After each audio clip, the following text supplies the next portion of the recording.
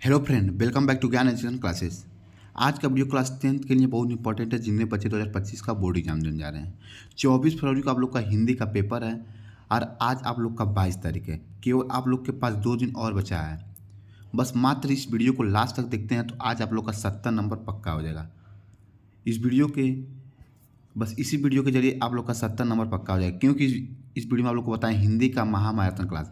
पूरा किताब आप लोग को इस वीडियो में खत्म हो जाएंगे, सिर्फ मात्र एक वीडियो में। इसमें हम सभी आप महत्वपूर्ण प्रश्न आप लोग के बताए हैं।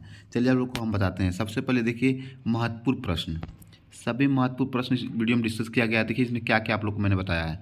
इसमें आप लोग को सबसे पहले बहुविकल्पी प्रश्न को बताया है। इसके बाद हिंदी गद्यांश और पद्यांश जितने भी इंपॉर्टेंट हैं। इसके बाद संस्कृत गद्यांश और पद्यांश, श्लोक, संस्कृत के प्रश्नोत्तर, जीवन परिचय, पत्र और निबंध।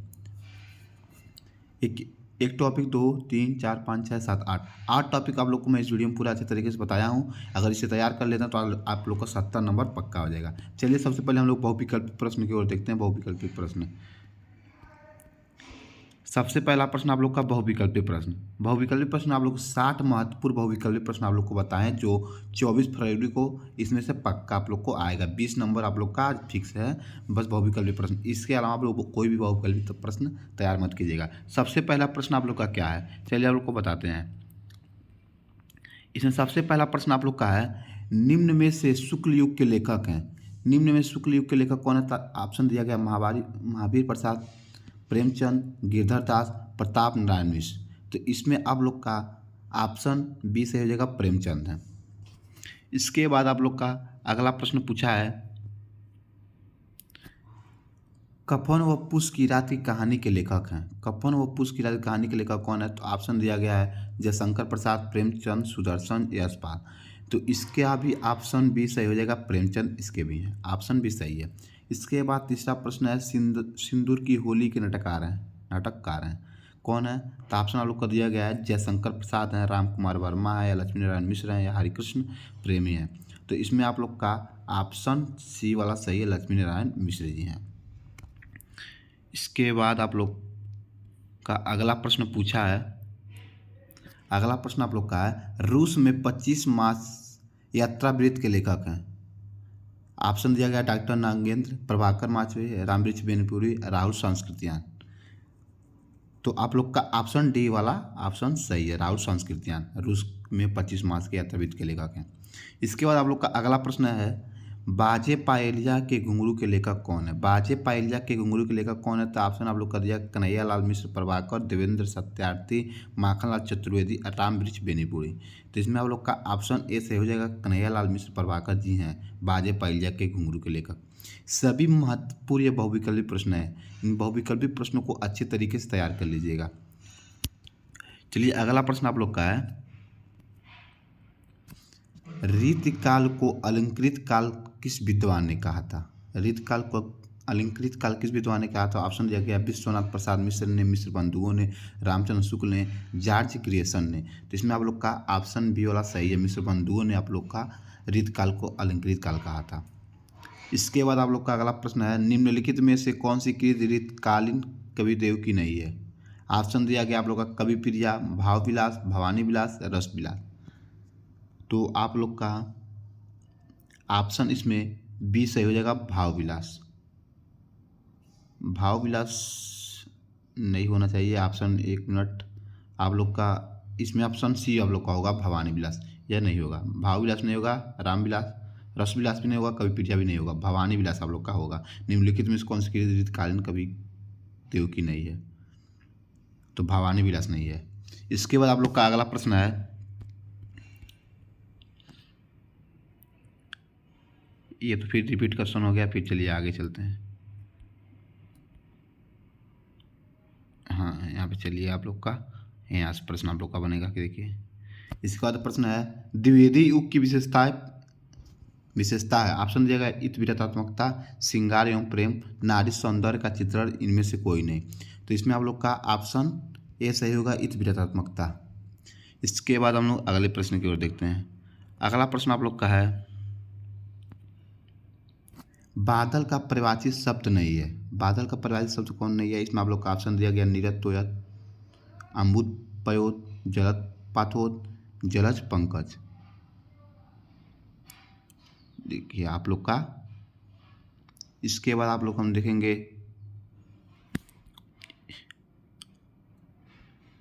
एक मिनट, इसमें जो कौन सा ऑप्शन आप लोग का सही है, इसमें आप लोग का जलज और पंकज है। बादल का पर्याय सबसे जलज और पंकज नहीं है। नीरद तो याद है, अम्बुद पायोद भी है, जलद पाथोद भी है, जलज पंकज आप लोग का नहीं है। फिर इसके बाद आप लोग का अगला प्रश्न है, इसमें तुम सर्वनाम शब्द का तृतीय एकवचन रूप है। ऑप्शन दिया गया युवाम, त्वय, त्वत, तुभ्यम। तो इसमें आप लोग का ऑप्शन बी सही है, त्वय।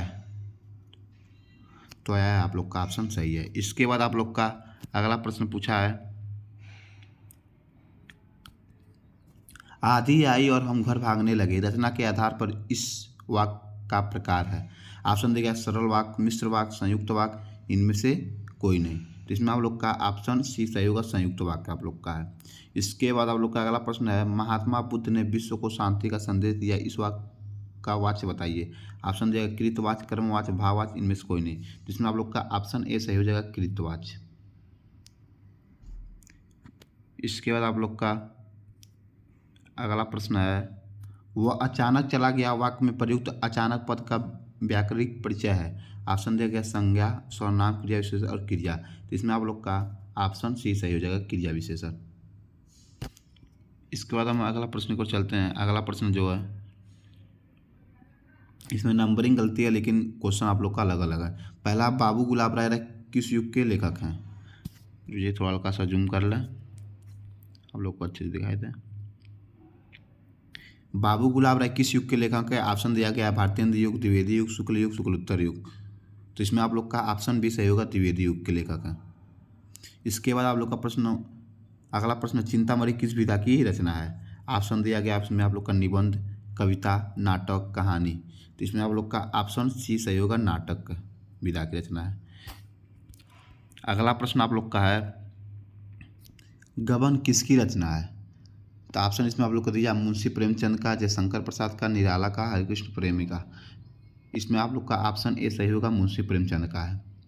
इसके बाद अगला प्रश्न, शुक्ल युग किस समय अवधि है? ऑप्शन दिया गया 1936 से 1943 तक, 1919 से 1938 तक, 1900 से 1918 तक, उपरोक्त में से कोई नहीं। तो इसमें आप लोग का ऑप्शन बी सही हो जाएगा, 1919 से लेकर 1938 तक। इसके बाद आप लोग का अगला प्रश्न, नीर का निर्माण फिर किस विधा की रचना है? नीर का निर्माण किस विधा की रचना है?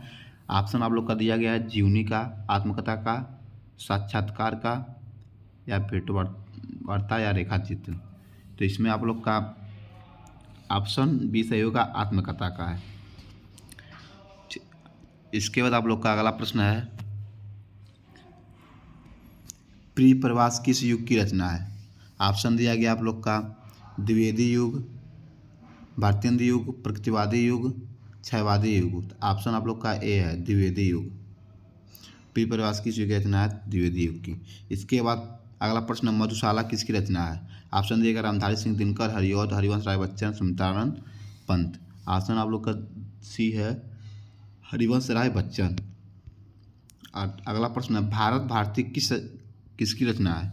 ऑप्शन दिया गया आप लोग का, सिया, रामचरण गुप्त, मैथिली शरण गुप्त, जयशंकर प्रसाद और महादेवी वर्मा। तो आप लोग का ऑप्शन होगा, जैसे भारत भारती किसकी रचना है?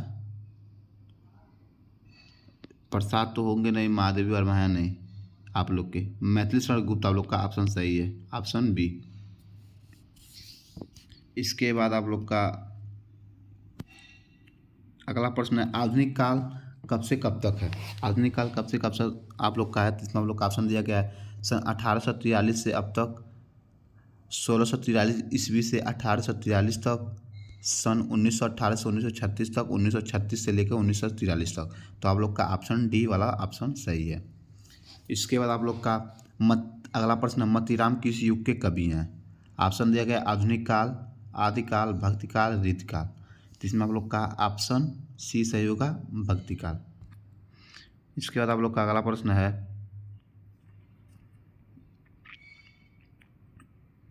अगला प्रश्न आप लोग का पूछा है, हास्य रस का स्थायी भाव है। ऑप्शन दिया गया शोक, रत्न, हास्य, निर्वत।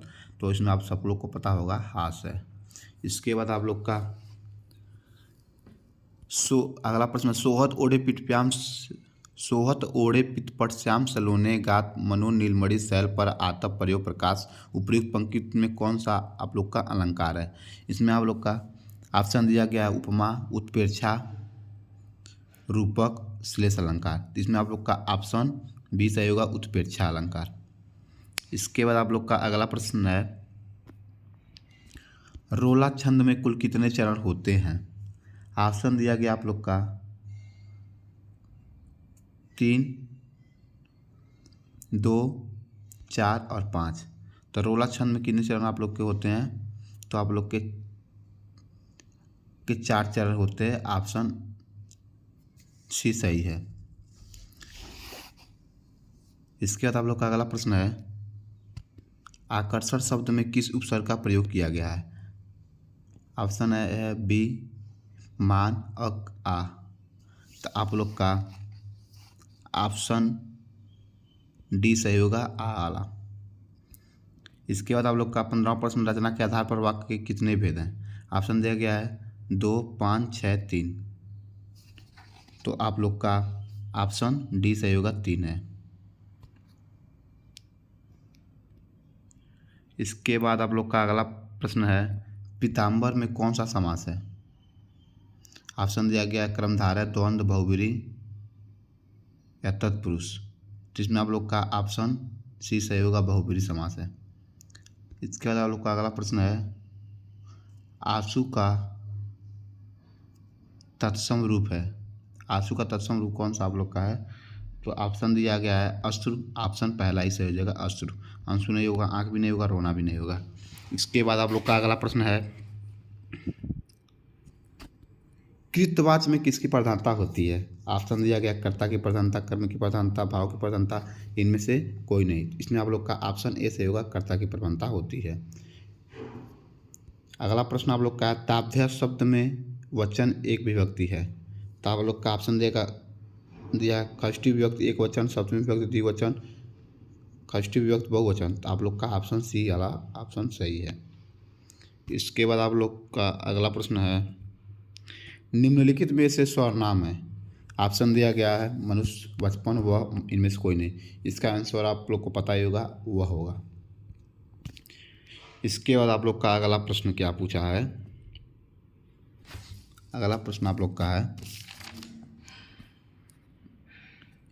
हिंदी का प्रथम उपन्यास है। ऑप्शन देगा परीक्षा गुरु, गोदान, अलग अलग, बैवरणी, निर्मला। तो आप लोग का ऑप्शन ए सही होगा, परीक्षा गुरु।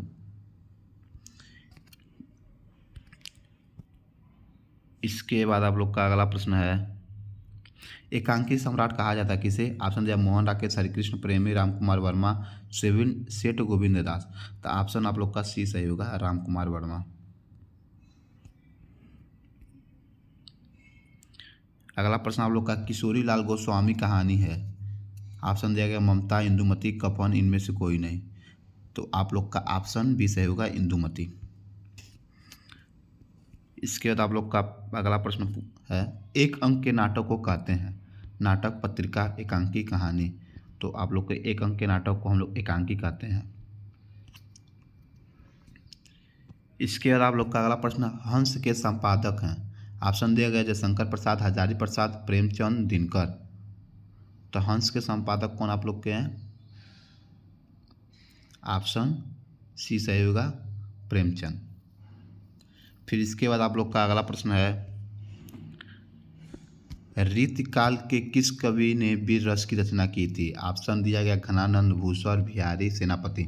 तो आप लोग का ऑप्शन बी सही होगा, भूसर। इसके बाद आप लोग का अगला प्रश्न है, जायसी का पदभावत किस भाषा में लिखा गया है? ऑप्शन दिया गया अवधी, ब्रजभाषा, खड़ी बोली, फारसी। तो आप लोग का ऑप्शन ए सही होगा, अवधी भाषा में। इसके बाद आप लोग का अगला प्रश्न, साकेत के रचनाकार हैं। साकेत के रचनाकार कौन है? ऑप्शन दिया गया जयशंकर प्रसाद, दिनकर, मैथिली शरण गुप्त, भगवती चरण वर्मा। तो आप लोग के ऑप्शन सी सही होगा, भगवती मैथिली शरण गुप्त। इसके बाद आप लोग का अगला प्रश्न है, खड़ी बोली हिंदी का प्रथम महाकाव्य माना जाता है। ऑप्शन दिएगा पृथ्वीराज रासो को, पद्मावत को, प्रियप्रवास को, रामचंद्रिका को। तो आप लोग का ऑप्शन हो जाएगा ए पृथ्वीराज रासो। जितने भी आप लोग के प्रश्न बता रहे हैं सभी प्रश्न आप लोग के लिए इंपॉर्टेंट हैं। सभी 24 फरवरी को इनमें से ही आप लोग के प्रश्न बनेंगे। इसके अलावा आप लोग कोई भी प्रश्न बाहर से भी नहीं बनेगा। इसके अगला प्रश्न आप लोग का, तौलिए के लेखक कौन है। ऑप्शन दिया गया उपेंद्र नाथ अशोक, जयशंकर प्रसाद, भीष्म साहनी, कबीरदास। तो ऑप्शन आप लोग का ए सही हो जाएगा, उपेंद्र नाथ अशोक जी हैं। इसके बाद आप लोग का अगला प्रश्न, हास्य रस का स्थायी भाव है। ऑप्शन देगा हास्य, शोक, भय, क्रोध। तो आप लोग का ऑप्शन ए सही हो जाएगा, हास्य। इसके बाद आप लोग का छंद के प्रकार हैं। ऑप्शन देगा वणिक, मात्रिक, मुक्त, उक्त सभी। तो आप लोग के छंद के प्रकार कौन है, तो वणिक भी होता है, मात्रिक भी होता है, मुक्त भी होता है। तो इसलिए आप लोग का ऑप्शन डी सही हो जाएगा, उक्त सभी। इसके बाद आप लोग का अगला प्रश्न है, किस छंद के प्रत्येक में 24-24 मात्राएं होती हैं। ऑप्शन दिया गया है आप लोग का सोठा, रोला, चौपाई, कोई नहीं। तो इसमें आप लोग का ऑप्शन बी सही होगा, रोला। अगला प्रश्न है, उपमा के कितने अंग होते हैं। 4, 5, 6 या 7। तो आप लोग के उपमा के 4 अंग होते हैं। ऑप्शन ए सही हो जाएगा।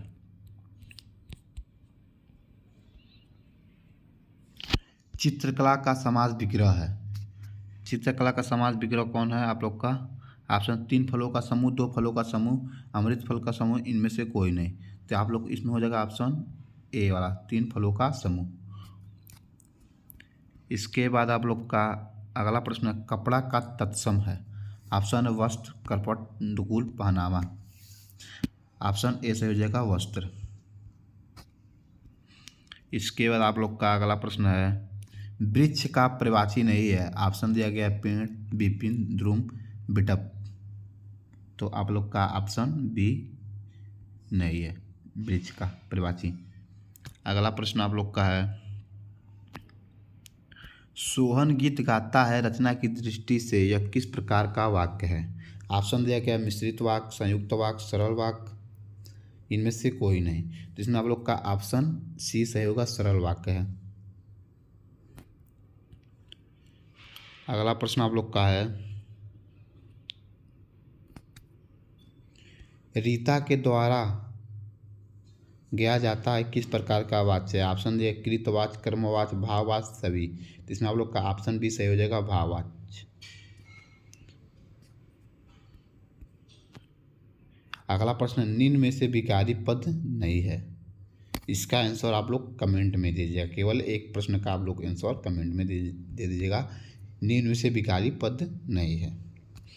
चलिए हम अगले प्रश्न की ओर चलते हैं। आप लोग को 60 बहुविकल्पी प्रश्न तो आप लोग को बता दिए, और 60 बहुत ही इंपॉर्टेंट आप लोग के लिए हैं। इसमें से आप लोग के 20 बहुविकल्पी प्रश्न बोर्ड परीक्षा में आप लोग को पूछेगा। चलिए अब हम लोग गद्यांश वाले प्रश्न देखते हैं। गद्यांश वाले जो आप लोग का प्रश्न है, इसमें पहला गद्यांश आप लोग का है, हम लोग कच्ची मिट्टी की मूर्ति के समान रहते हैं, जिसे जो जिस रूप का चाहे उस रूप का करे, चाहे राक्षस बनावे चाहे देवता। ऐसे लोगों का साथ करना हमारे लिए बुरा है जो हमारे अधिक दृढ़ संकल्प के हैं, क्योंकि हमें उनकी हर एक बात बिना विरोध के मान लेनी पड़ती है। पर ऐसे लोगों के साथ करना और बुरा है जो हमारे ही बात को ऊपर रखते हैं, क्योंकि ऐसे दशा में न तो हमारे ऊपर कोई दबाव रहता है और न हमारे लिए कोई सहारा रहता है। जो आप लोग का ये वाला गद्यांश है वो किस पाठ से लिया गया है। अब चलिए आप लोग को आगे बताते हैं कौन कौन सा इसमें आप लोग का प्रश्न है। सबसे पहले तो आप लोग का बोर्ड एग्जाम में पूछेगा तो आप लोग को ये यहाँ तक पूछेगा, तो अथवा करके इस तरह पूछ सकता है, हम लोग से लेकर लेनी पड़ती है, केवल यहाँ तक पूछेगा। इसके बाद हम लोग लेकर सहारा रहता है, लास्ट तक पूछेगा। दोनों में कोई एक आप लोग के बोर्ड एग्जाम में इसी तरह पूछेगा। चलिए पहला प्रश्न इसमें देखते हैं कौन कौन सा आप लोग का प्रश्न पूछा है। इसमें से जितने भी प्रश्न आप लोग के बनने वाले हैं बोर्ड एग्जाम में, आप लोग को 4 से 5 तो वो प्रश्न पूछता है केवल। तो इसमें जितने भी प्रश्न आप लोग के बनेंगे इन सभी प्रश्नों का आप लोग को हम बता देंगे।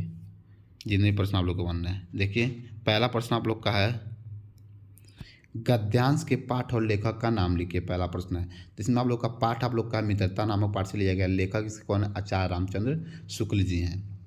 इसके बाद आप लोग का रेखांकित अंश का व्याख्या करना है। दूसरा प्रश्न है ये, जो आप लोग का रेखांकित किया गया है इसका व्याख्या करना। चलिए इसका व्याख्या हम बताते हैं कैसे।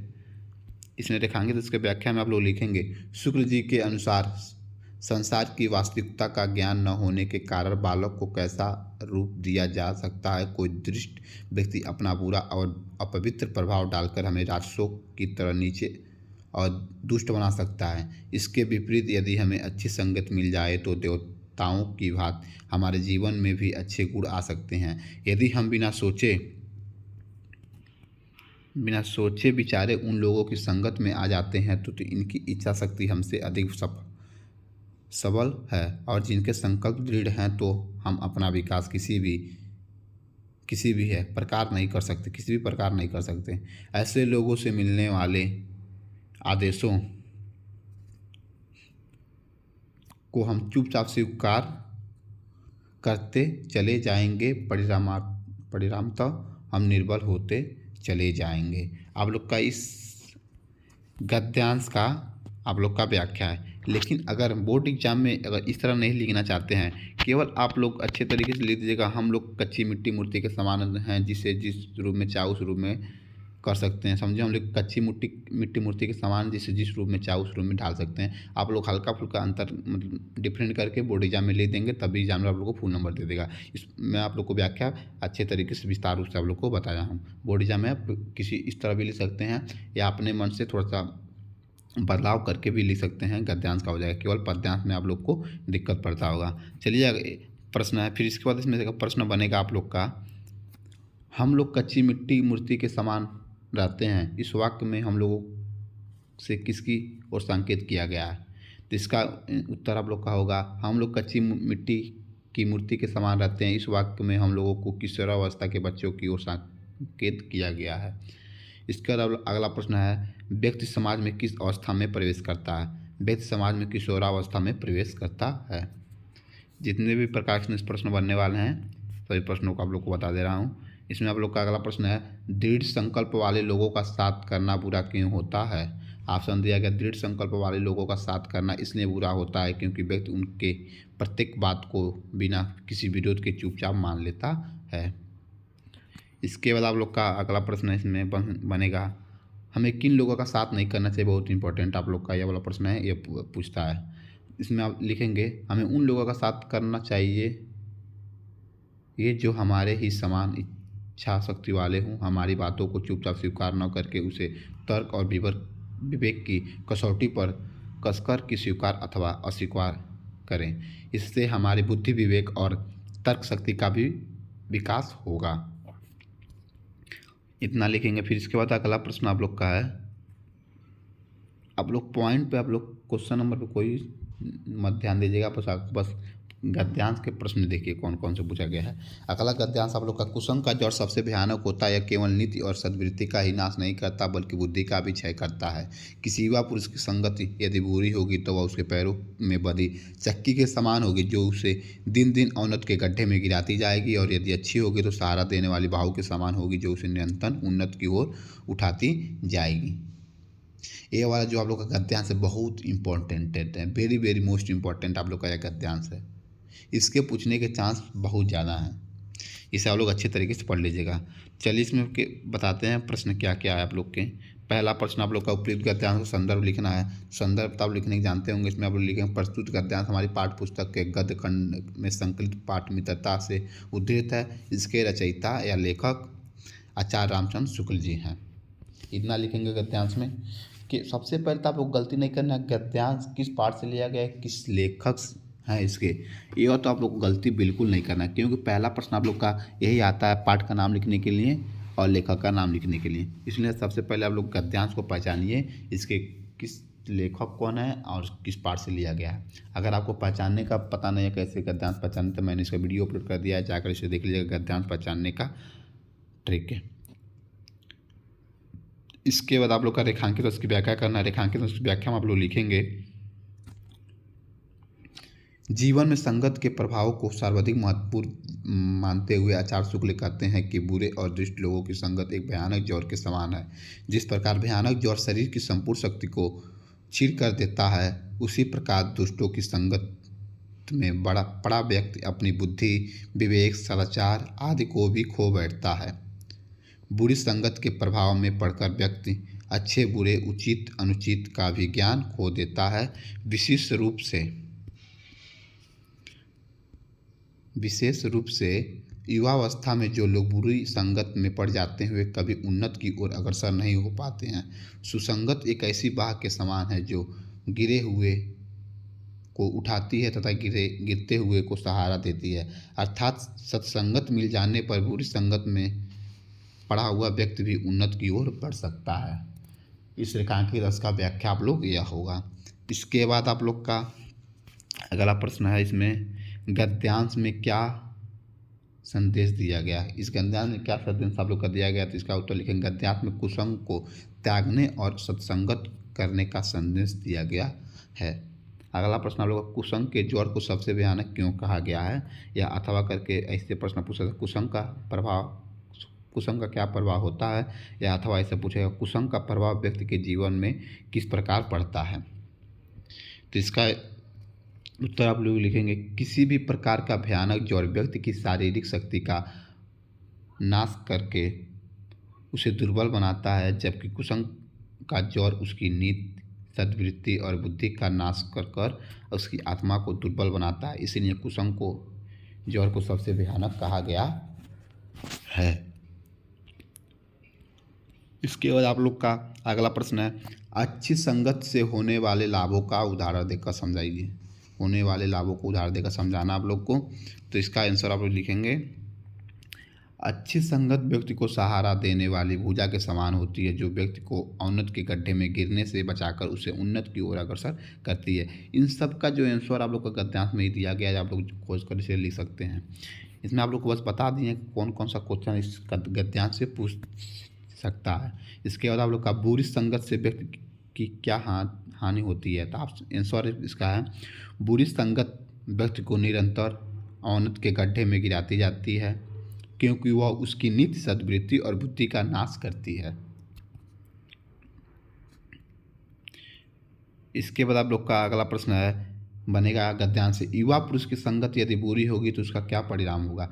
आंसर इसका है, युवा पुरुष की संगत यदि बुरी होगी तो उसका परिणाम यह होगा कि उसे पैरों में बंधी चक्की के समान लगातार अवनत के गड्ढे में गिराती जाएगी।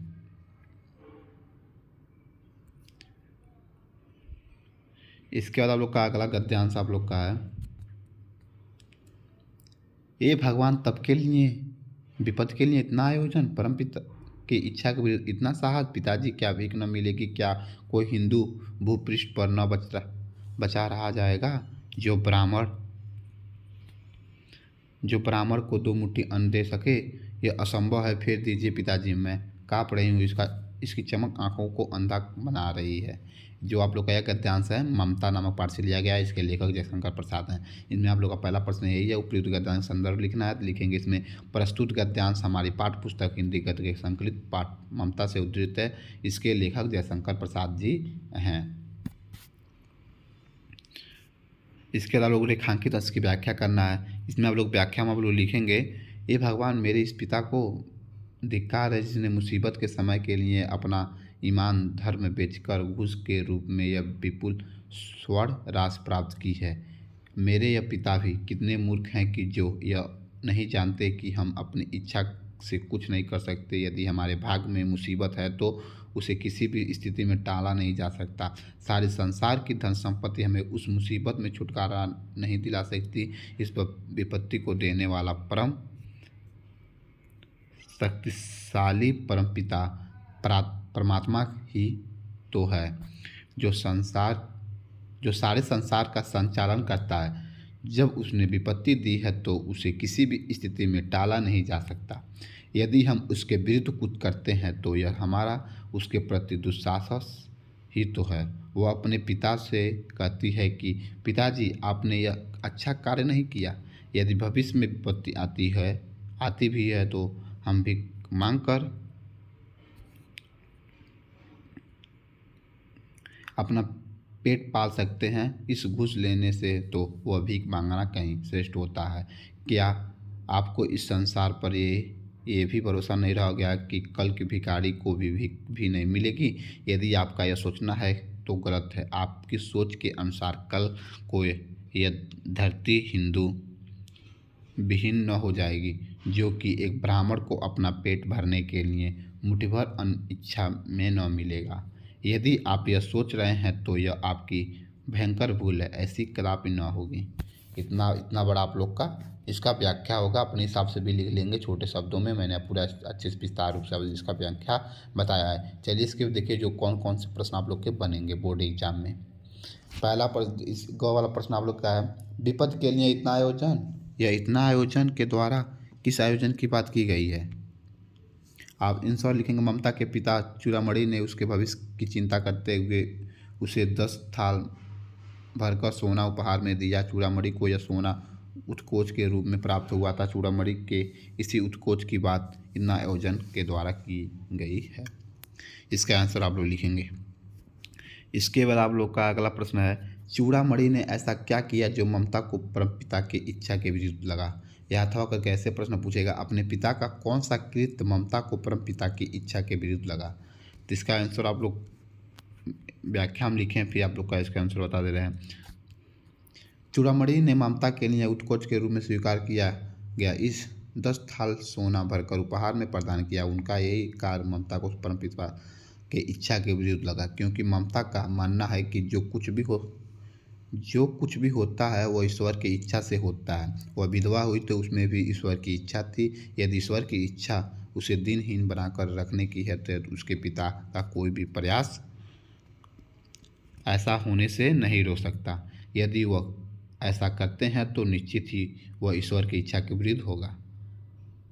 इसका आंसर होगा। फिर इसके बाद अगला प्रश्न आप लोग का है, इस गद्यांश से ममता की किस मनोवृत्ति को स्पष्ट किया गया है? तो आप लोग का आंसर होगा, इस गद्यांश से ममता को भाग्यवादी अथवा ईश्वरवादी मनोवृत्ति को स्पष्ट किया गया है। इसके बाद आप लोग का अगला गद्यांश आप लोग का बहुत ही इम्पोर्टेंट गद्यांश आप लोग का, जितने होता है सभी इम्पोर्टेंट हैं। जो यह वाला इम्पोर्टेंट है 2025-24 फरवरी के लिए बहुत इंपॉर्टेंट है, इसे आप लोग अच्छी तरह से पढ़ लीजिएगा। आज हम इसी निर्मल शुद्ध शीतल और स्वस्थ अमृत की तलाश में हैं और हमारी इच्छा अभिलाषा और प्रयत्न यह है कि वह इन सभी अलग अलग बहती हुई नदियों में भी अभी भी उसी तरह बहता रहे और इनके वह अमर तत्व देता रहे जो जमाने के हजारों थपेड़ों को बर्दाश्त करता हुआ भी आज हमारे अस्तित्व को कायम रखे हुए है और रखेगा। इतना आप लोग का हो गया। इसके बाद आप लोग को पहला प्रश्न इसमें है, पहला प्रश्न आप लोग का है, उपर्युक्त गद्यांश का संदर्भ लिखना है। प्रस्तुत गद्यांश हमारी पाठ्य पुस्तक गद्य खंड के भारतीय संस्कृत नामक पाठ से लिया गया है। इसके लेखक कौन है? डॉक्टर राजेंद्र प्रसाद। पहला प्रश्न। दूसरा प्रश्न आप लोग का है, रेखांकित अंश की व्याख्या करना। चलिए आप लोग को हम व्याख्या करके बताते हैं क्या व्याख्या हम लोग लिखेंगे। भारतीय संस्कृत रूपी विशाल सागर में आकर गिरने वाली जाति धर्म भाषा रूप आदि नदियों में से एक ही भाव से शुद्ध स्वच्छ शीतल तथा स्वास्थ्यप्रद भारतीय तरह एकता का जल अमृत के समान प्रवाहित होता रहा है। आज यह जल राजनैतिक स्वार्थ, सांप्रदायिकता, आतंकवाद, धार्मिक कट्टरता आदि के द्वारा मलिन हो गया है। हमें आज सदियों पहले प्रवाहित उसी अमृत तत्व की तलाश है जिसे अमृत रूपी जल में एक ही उदात्त भाव का समावेश रहा है, जो भारतीय संस्कृति को अमरता और स्थिरता प्रदान करती है। हमारी हार्दिक इच्छा है कि विभिन्न विचारधाराओं के रूप में इन नदियों में यह अमृत रूपी जल सदैव प्रवहमान बना रहे, जिससे सभी लोगों में प्रेम और राष्ट्रीयता की भावना का संचार हो।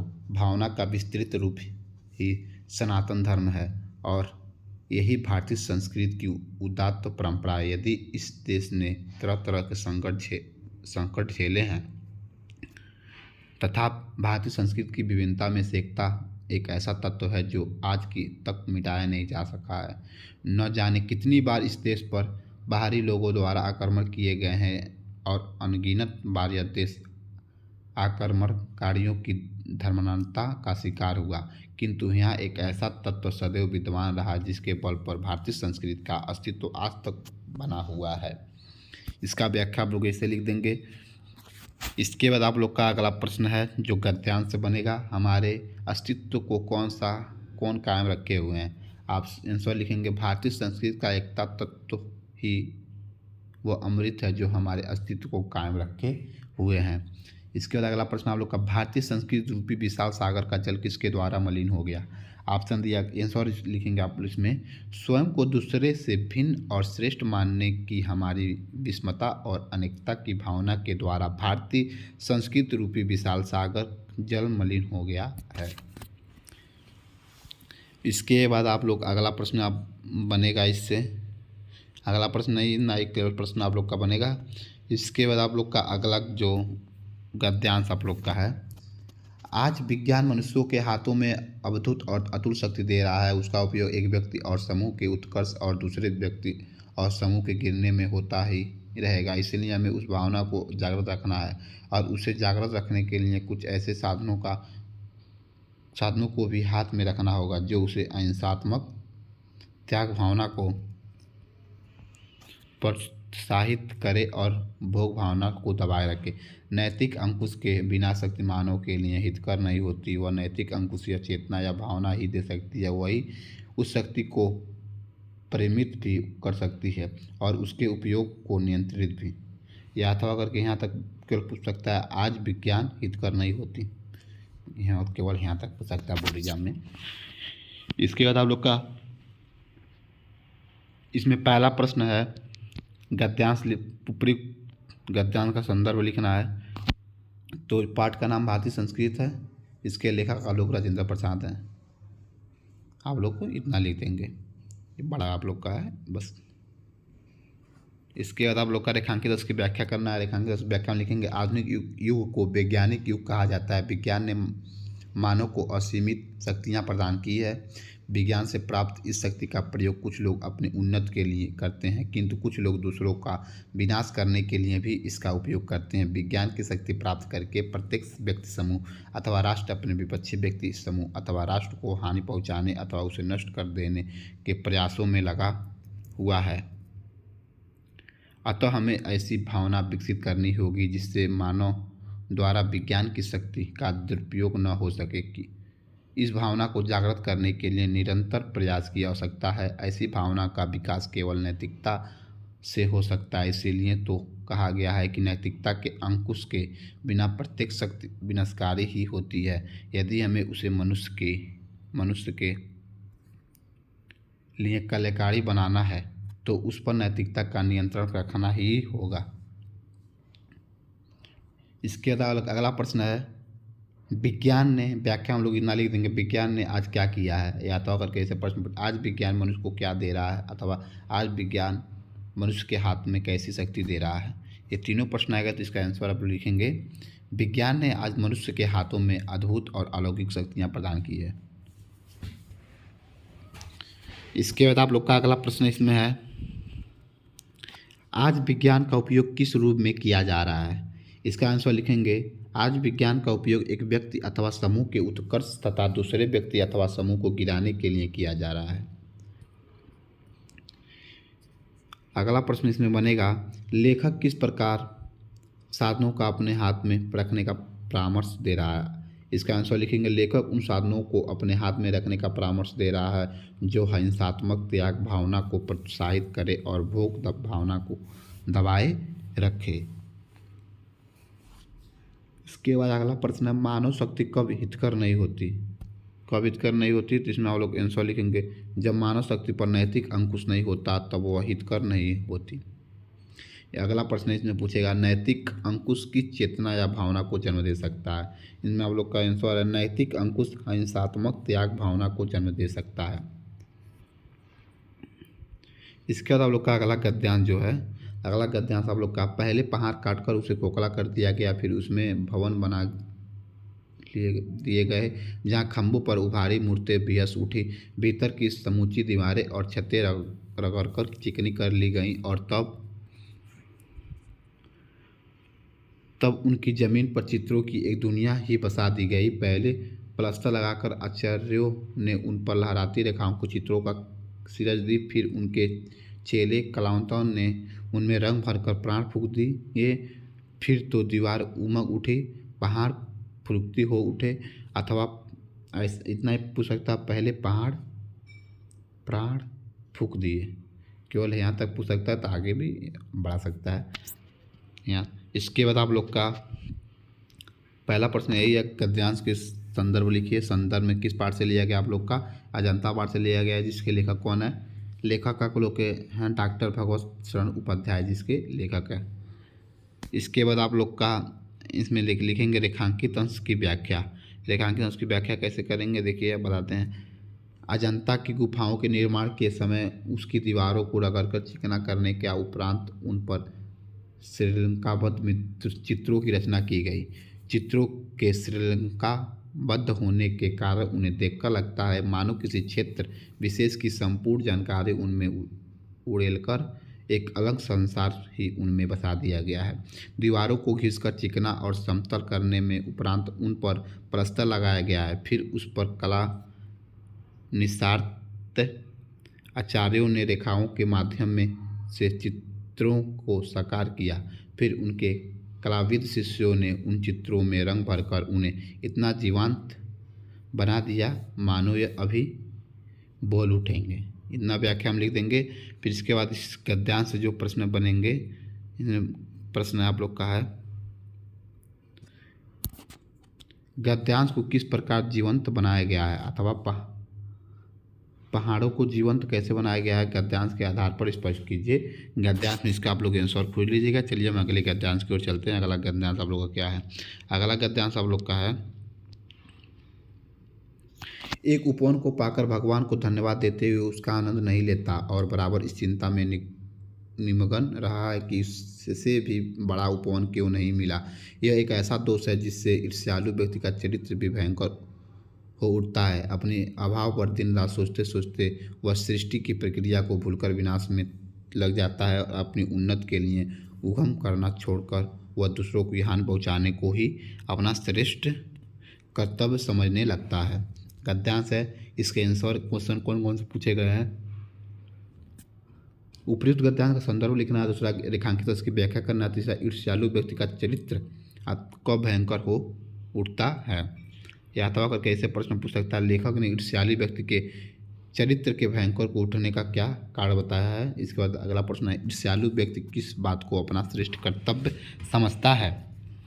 तो इसमें आप लोग का पहला प्रश्न का संदर्भ लिखना है। इसमें लिखें, प्रस्तुत गद्यांश हमारी पाठ्य पुस्तक हिंदी के गद्य खंड में संकलित पाठ ईर्ष्या तू न गई मेरे मन से लिया गया है। इसके लेखक रामधारी सिंह दिनकर हैं। इसके बाद आप लोग का अगला प्रश्न में रेखांकित की व्याख्या करना था।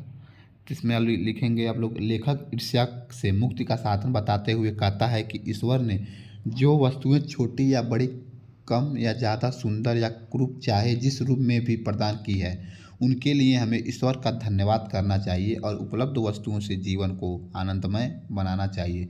परंतु इसके विपरीत यदि हम सारा समय इसी चिंता में व्यर्थ करेंगे कि अन्य व्यक्तियों के पास जो सुख सुविधा के साधन मुझसे अधिक हैं वो मेरे पास क्यों नहीं है, ऐसा सोचते रहने पर ईर्ष्या बढ़ती जाती है और सुंदर और अंदर ही अंदर ज्वलनशीलता पैदा होती जाती है। इस कारण ईर्ष्यालु व्यक्ति का चरित्र भयंकर हो उठता है। लेखक आगे कहता है कि जय पराजय, उत्थान पतन, जीवन मृत्यु से भी ईश्वर के अधीन है। हमें इसको प्राप्त करने के लिए दिन रात चिंतामग्न रहकर अपने जीवन को कष्टों से युक्त बनाना चाहिए। व्याख्या हम लोग इतना लिख देंगे। फिर बच्चों अगले दूसरे जो पॉइंट का व्याख्या था आप लोग इसमें यह लिखेंगे। दूसरे पॉइंट जो व्याख्या आप लोग का था, मनुष्य दूसरे संपन्न व्यक्तियों से अपनी तुलना करते रहने पर तथा अपने अभाव पर दिन रात चिंतित रहने के कारण सृष्टि की रचना प्रक्रिया को भूलकर अपना संपूर्ण समय ईर्ष्याओं में व्यर्थ कर देता है। वह कार्य करना छोड़ देता है। वह इस सोच में लगा रहता है कि मैं अन्य संपन्न व्यक्ति को किस प्रकार हानि पहुंचा सकता हूं। इसी कार्य को वह अपने जीवन का उच्चतम व उत्तम कर्तव्य समझने लगता है। लेखक कहता है कि ऐसी विचारधारा का जन्म उन व्यक्तियों में होता है जो असंतोषी स्वभाव के होते हैं। उनमें ईर्ष्याओं की भावना अधिक पाई जाती है। रेखांकित उसका दोनों रेखांकित उसकी व्याख्या आप लोग ऐसे लिख सकते हैं। फिर इसके बाद तीसरा जो प्रश्न पूछा गया था, क्या तीसरा प्रश्न पूछा था आप लोग के, ईर्ष्यालु व्यक्ति का चरित्र कब भयंकर उठता है, कब भयंकर उठता है, इसका आंसर आप लोग लिखेंगे। ईर्ष्यालु व्यक्ति का चरित्र तब भयंकर उठता है जब अपने सुख के साधनों को यह कमतर मान बैठता है और दूसरों के साधनों को बेहतर मानकर उन्हें भी अपना न होने की सोच में जलने लगता है। वह सोचने लगता है कि भगवान ने हमें और अधिक क्यों नहीं दिया। इसका आंसर आप लोग गया था। फिर अगले प्रश्न का आंसर आप लोग का था, ईर्ष्यालु व्यक्ति ईर्ष्या में जलते हुए अपनी सृजनात्मक को खो बैठता है। वो अपनी शक्तियों का प्रयोग अपनी उन्नति के लिए दूसरों को नीचा दिखाने के लिए अधिक करता है। वह विनाश की कृत्य करता है और उसे ही अपना श्रेष्ठ कर्तव्य समझने लगता है। आप लोग इतना लिखेंगे। फिर इसके बाद आप लोग का गद्यांश का आप लोग का इतना प्रश्न हो गया। इसके बाद आप लोग को हम बताएंगे महत्वपूर्ण पाठ। केवल पाठ का नाम बता देना, जाकर आप लोग पढ़ लीजिएगा। अगर आप नहीं समझ आएगा तो इसका भी बताइए, इसका पद्यांश वो लोग को हम बता देंगे। महत्वपूर्ण पद्यांश पाठ कौन कौन से हैं, बस इतना ही पढ़ लेते हैं तो आप लोग का फिक्स हो जाएगा। सबसे पहले सूरदास का जो पद नामक आप लोग का पाठ है, इसे अच्छे तरीके से पढ़ लीजिएगा। इसके बाद तुलसीदास का वन पथ पर जो है, इनका दो वन पथ वाला अच्छे तरीके से पढ़ लीजिएगा।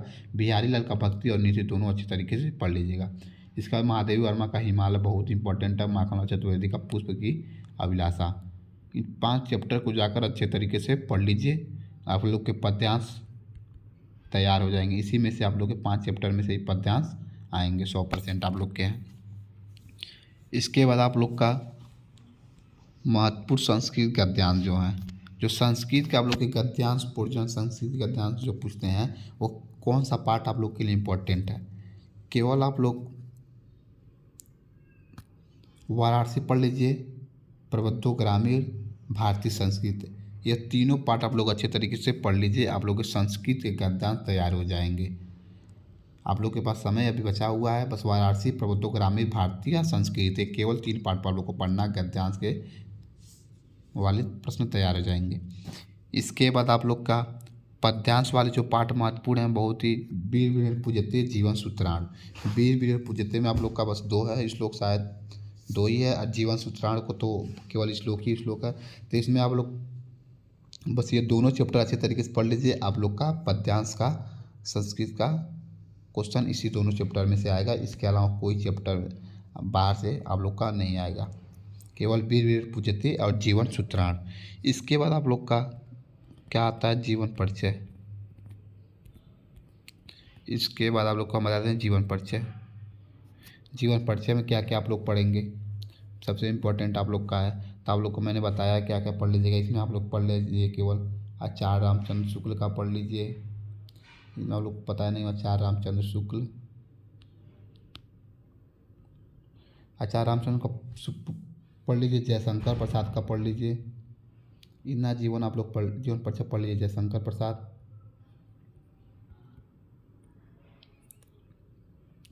क्या हो गया, आचार्य रामचंद्र शुक्ल, जयशंकर प्रसाद, डॉक्टर राजेंद्र प्रसाद, डॉक्टर राजेंद्र प्रसाद।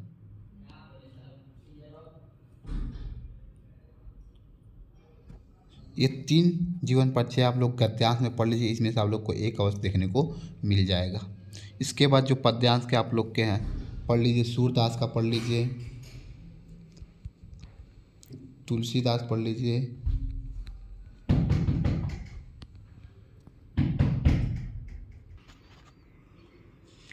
जो पद्यांश में हम लोग बताएं सूरदास का, तुलसीदास का पढ़ लीजिए। और इसके बाद आप लोग का महादेवी वर्मा जो है बहुत इंपॉर्टेंट आप लोग का जीवन परिचय है। महादेवी वर्मा का इन 3 और 2-3 जीवन परिचय और पढ़ लीजिए। महादेवी वर्मा और बिहारी का भी आप लोग जीवन परिचय पढ़ लीजिए, बिहारी जी का। इतना जीवन परिचय आप लोग पढ़ लीजिए केवल। इसके बाद आप लोग का आता है पत्र और निबंध। पत्र में आप लोग को कोई भी इम्पोर्टेंट आप लोग का पत्र नहीं होता, कोई भी पत्र आप लोग को उठा पूछ सकता है। केवल आप लोग को पता रहना चाहिए पत्र लिखने का सही तरीका क्या है, बस आप लोग को पता रहना चाहिए पत्र लिखने का सही तरीका क्या है। अगर इस विधि से आप लोग लिखेंगे तो आप लोग को अच्छा नंबर मिलेगा। पत्र तो ऐसे सब लोग लिख लेते हैं, बस तरीका नहीं पता रहता है, कहाँ गलती नहीं करनी है, सही लिखने का तरीका नहीं पता है। तो आप लोग इसका मैंने वीडियो अपलोड कर दिया है, जाकर देख लीजिएगा पत्र लिखने का सही तरीका। अरे यही इसी तरह आप लोग को निबंध में लिखना है। निबंध तो सब लोग लिख लेते हैं, लेकिन लिखने का सही तरीका नहीं, इन लोग को पता है कैसे निबंध लिखेंगे।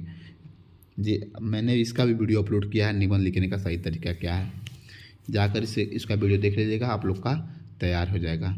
इस श्लोक में आप लोग का 2 नंबर का श्लोक पूछता है, जिसमें पूछेगा तो आप लोग 2 श्लोक तैयार कर लीजिएगा अच्छे तरीके से। कोई भी 2 श्लोक तैयार कर लीजिए। जीवन सूत्राणु में बहुत ज़्यादा श्लोक हैं। आप लोग का जो मानव हितवा प्रिय बहुत ही आसान वाला है, आप लोग इसे तैयार कर लीजिए, आप लोग के तैयार हो जाएंगे। केवल इतना तैयार कर लीजिए, आप लोग का फिक्स है। इसके बाद आप लोग कोई क्वेश्चन पूछता नहीं है। इसके बाद जो खंडकाव्य है, खंडकाव्य से जो प्रश्न पूछेगा, खंडकाव्य से तो हर जिले का अलग अलग खंड पूछेगा, जो जिस जिले का रहेगा उस जिले के हिसाब से आप लोग अपना खंडकाव्य तैयार कर लीजिएगा। जितना भी प्रश्न आप लोग को बताएं, सभी प्रश्नों को अच्छी तरीके से तैयार कर लीजिए। अगर चैनल पे नए हैं तो चैनल को लाइक, सब्सक्राइब एवं शेयर करना भूलें। मिलते हैं अगले वीडियो में एक नए टॉपिक के साथ। धन्यवाद।